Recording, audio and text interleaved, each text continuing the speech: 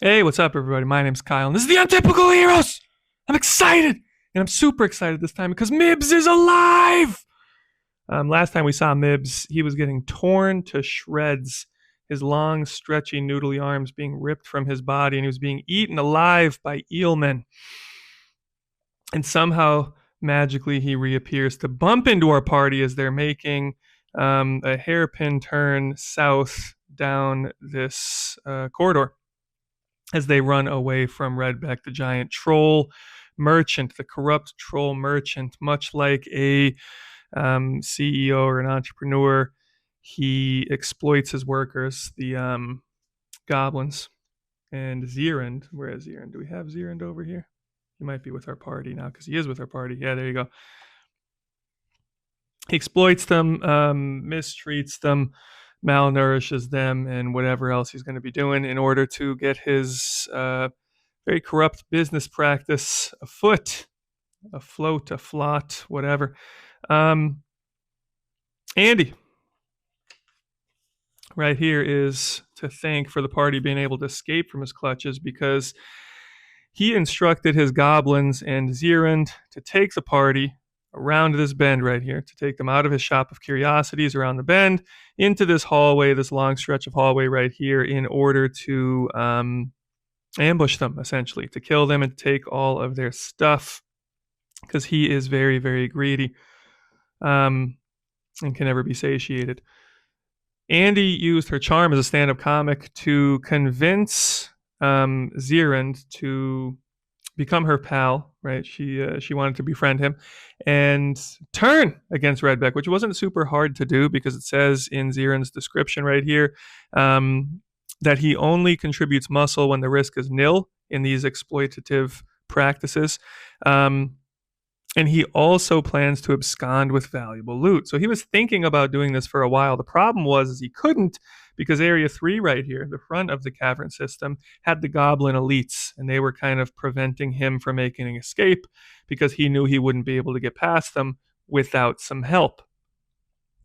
In steps our party. So what does he do? He casts a sleep spell, knocks out some goblins. They turn tail. They break into the storage room right here. The party grabs 2 prime rods. Okay. Superdoo picks up both of those. Zirand absconds with a bunch of spell scrolls and potions, and he's just got them, juggling them in his arms. And as soon as the party bursts through this back hallway right here, let's move that guy. This back hall right here. Redbeck knows that something's up, right? You know, they should have come down this hallway by now, and then he hears them running, and he goes into a blind rage and starts chasing them. The goblins, you know, crawling over his very large, bulky body that's taking up pretty much the entirety of this hallway, right? It's 10 feet tall, and he is like crouching down to fit through that 10-foot tall hallway. So the goblins are struggling to get past them. They're trying to crawl over and under him, and they can't quite. So he's actually kind of helping the party in that regard. The wargs are behind him too, but he's leading the charge, and it is horrific. So party's running. Superdoo is super doing it up here. He is pushing the party along. They are rolling in a big ball, a big cartoonish ball, and he is just kind of pushing them like you would roll a snowball down this hallway. They take a turn, and they bump into Mibs. Mibs was running north. He gets hit with this, and he's yelling, put me down, as he's rolling. And then he looks over Superdoo's shoulder and sees this impossibly large gorilla-type figure on all fours lunging towards them, his eyes bloodshot. He's foaming at the mouth, and he's yelling, get back here! And he's banging and bumping into everything.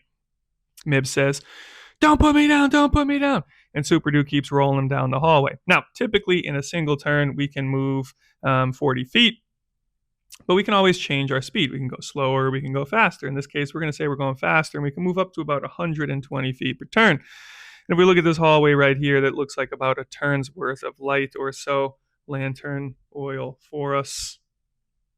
And we had a couple other turns that we were moving around in Redbeck's shop or so. So what is that? That's like 1, 2, let's say like, we started here actually. So that's 1, 2, 3, 4, 5, 6, 7, 8, 9, 10, 11, 12. So that's a single turn. That's 120-ish feet to get to here. And then we've got another turn as we got into this this complex here. We'll say that's probably about another 120 or so. We got 2 turns of lantern oil that we marked off. Now, in the actual Hyqueous Vaults, areas 22 through 26 are a series of necromantic type rooms. There's supplies, there's potions, there's this really cool casket type thing with a necromancer in it, and this magic mirror, and all different kinds of fun stuff. Not going to spoil it for you, but for our intents and purposes in this game, we're just going to say that these are a bunch of storage rooms. And they're important because as the party makes their way through these series of doors here, Superdo is slamming the door shut, and he's grabbing anything and everything in these storage rooms, and there's a lot of stuff stored in those storage rooms. He's grabbing wooden tables, and he's grabbing cabinetry, and he's grabbing all different kinds of big, heavy, bulky things, and he's just jamming them in front of these doors just to put stuff in the way. He breaks off some stalactites, jumps up from the ceiling, and he stabs those in to just try and keep something in the way and slow Redbeck's pursuit down. Is Superdo able to do this? Let's find out. We're going to do a move. And in this move, I'm going to say that we are going to face adversity. Let's face adversity because this is a challenge. He is facing adversity. He's going to use his power. And his power, I think it should be his best stat. If it's not, there's a problem because look at those muscles. It is D4. Our D4s last time were betraying us. So hopefully this time they do a little bit better. So he's going to roll power and attempt to do something dangerous and difficult through sheer force. And he's going to get a 3. Now, 2 or a 3 is a strong hit, so we finally get some good out of those D4s. So on a strong hit, you succeed with gusto +1 stamina, which is good because the party was running low on stamina, if memory serves correctly. So his stamina goes from a 3 up to a 4, which is good. That's always helpful.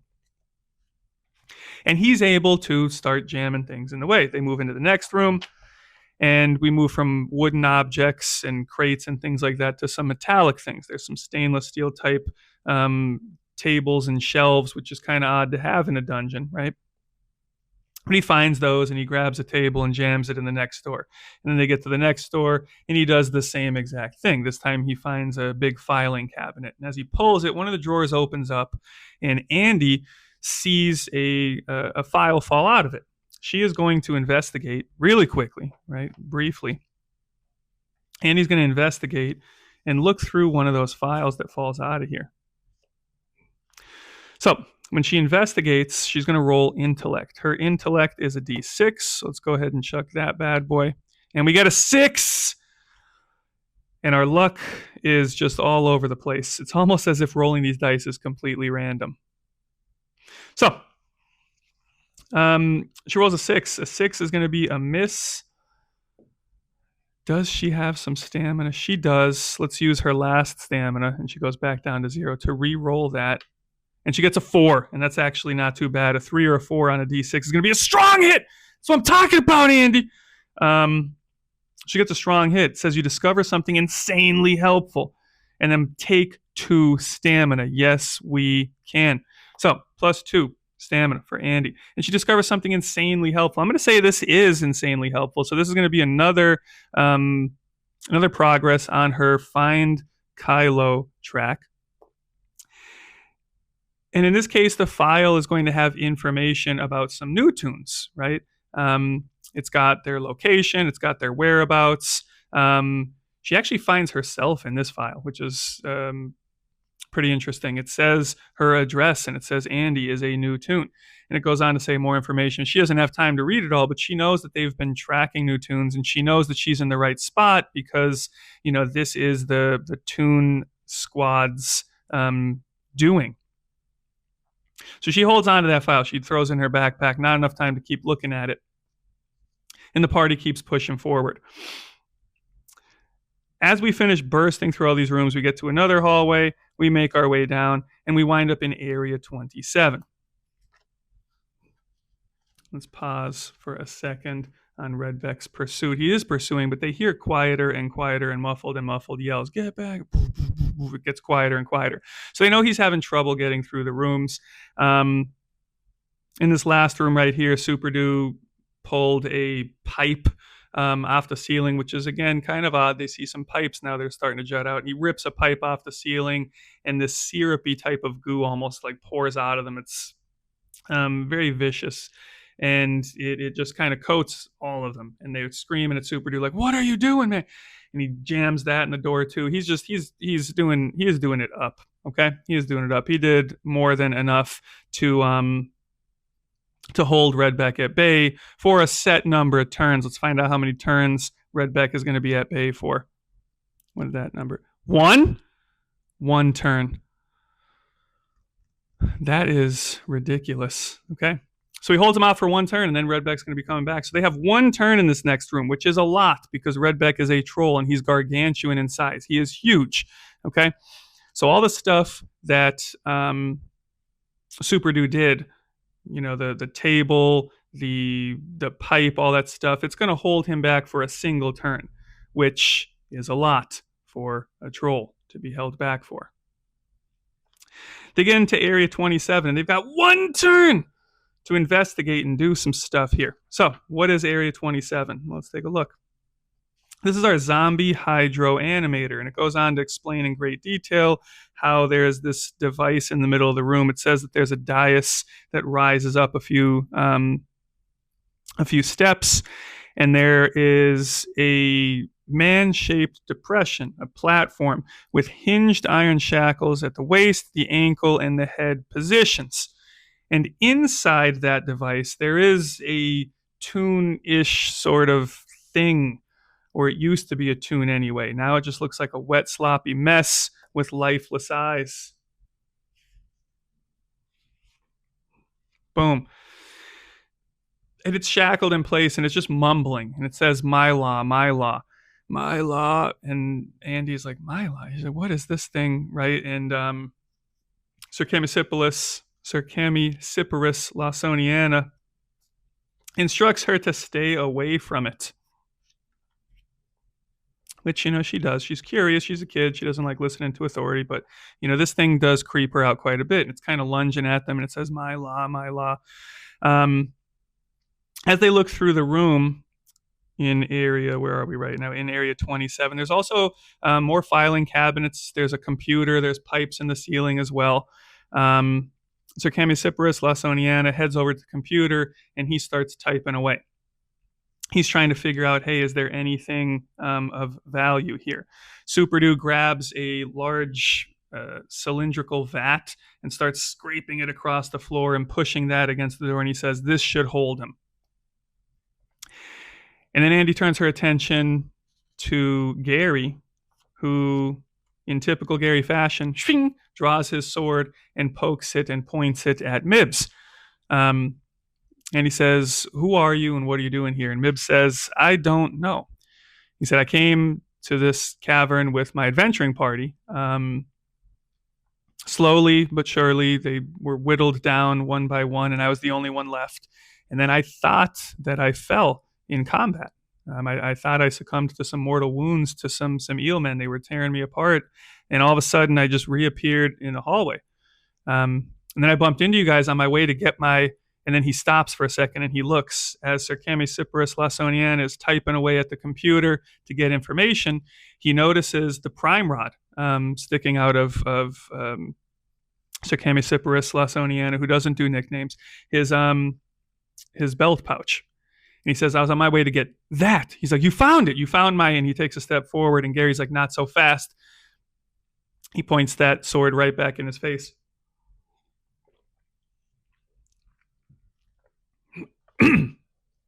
And he says, "You were looking for... do you have..."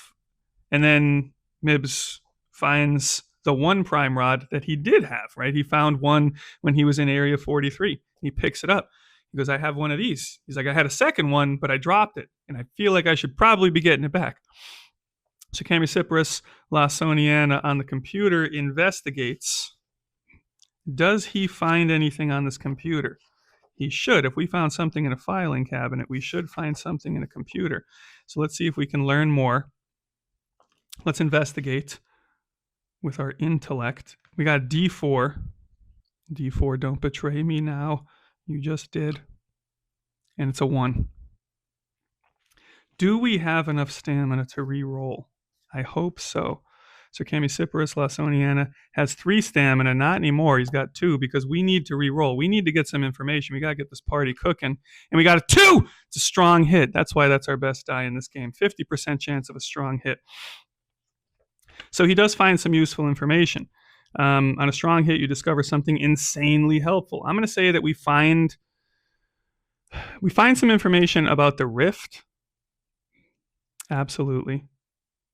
And I'm going to say we find some information about Kylo. We find Kylo in this computer.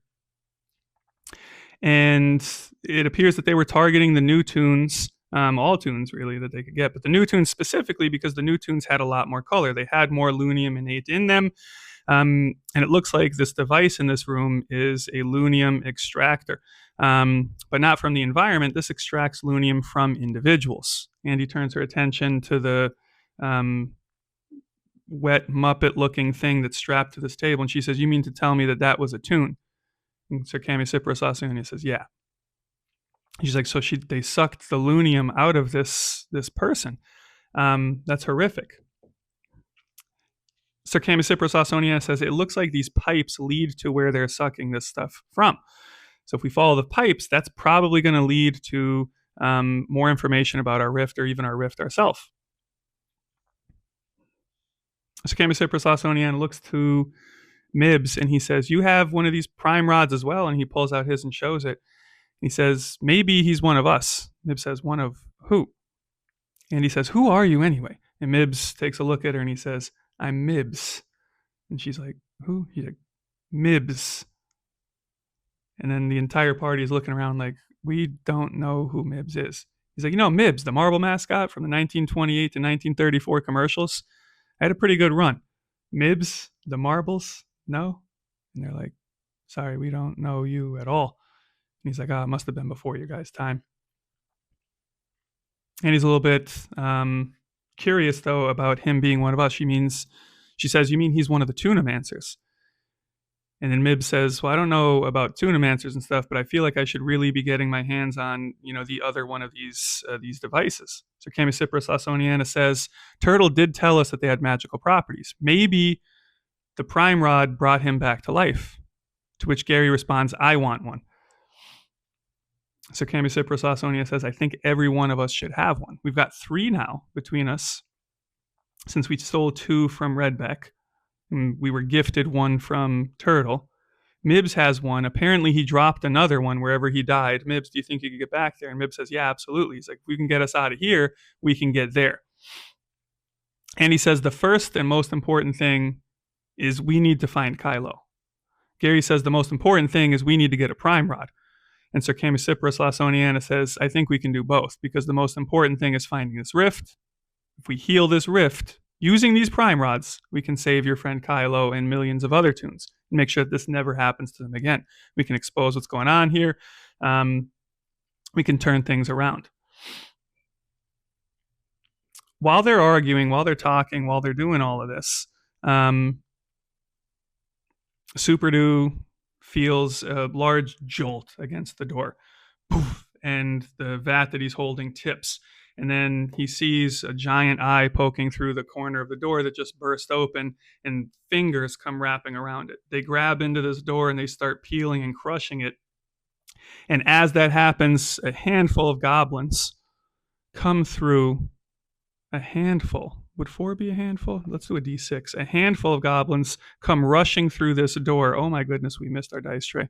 And we rolled the same exact number anyway. That was nice. 3 goblins come rushing through the door, and they come in and they're hacking and they're swinging. They've got some sharp objects, some pointy things. And Gary and Superdu are the 2 closest to the door, so they're the 2 that are going to take action. Now,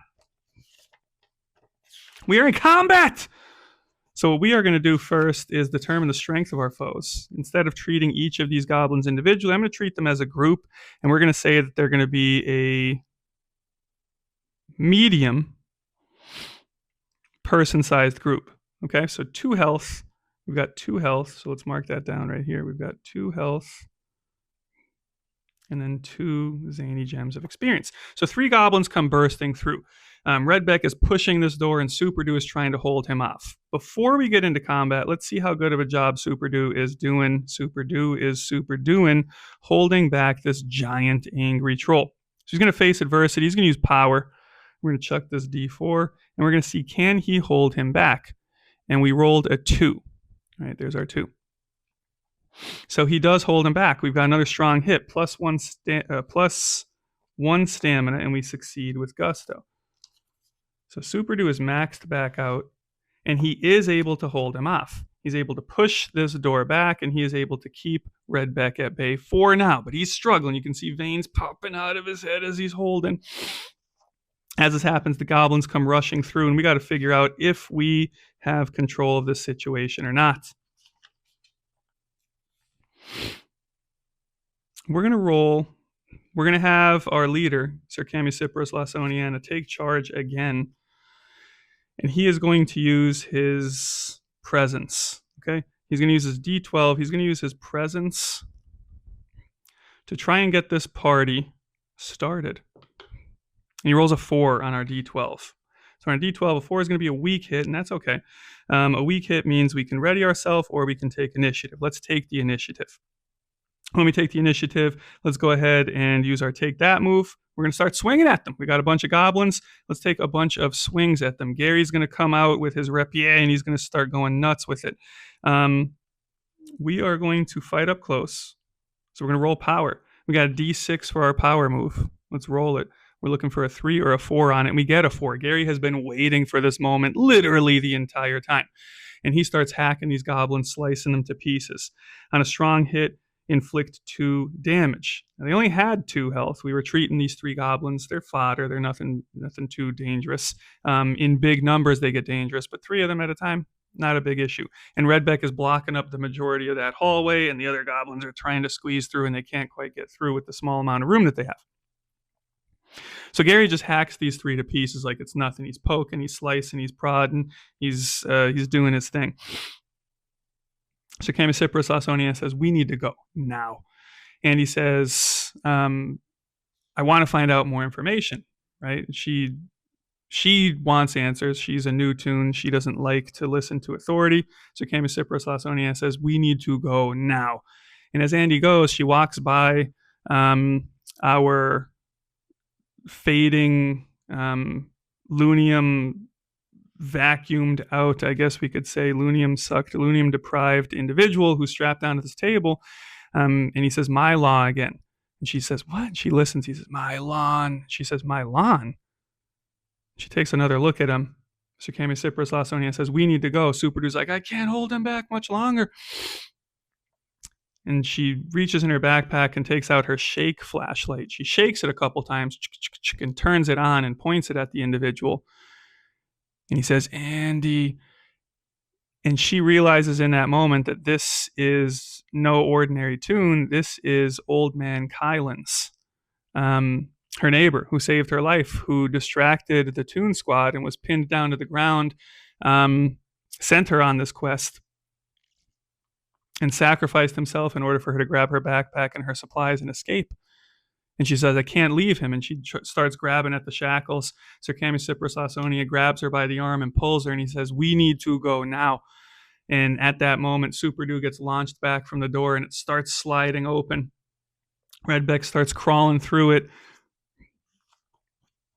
And she has to, for the second time, look into Old Man Kylan's eyes and leave him in a perilous situation. So Camicipros Lasoniana says, we can save him, we can save Kylo, but we can't save anybody if we're dead. The party continues on. Where are we right now? The party continues on down the hallway, and Zierend instructs them to turn left.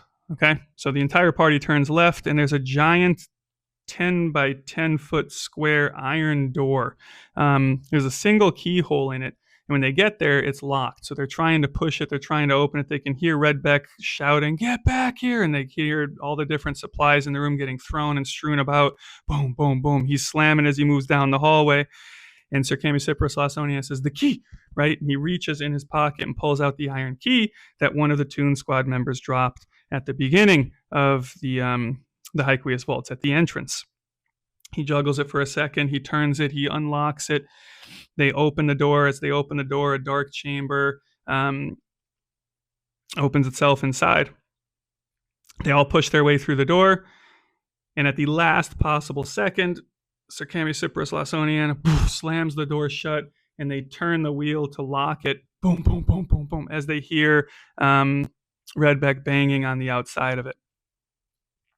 The glow frog lantern lights the room, and they hear a groaning noise, a series of groaning noises coming from deeper within the room. They are not alone. And at that, we're going to stop this session, take a break, take a breather, take a drink of water. But first, thank you for watching. If you like what you saw, there are 2 buttons at the bottom of this video that are super helpful to help grow the channel. All I'm going to need you to do is navigate your way down there and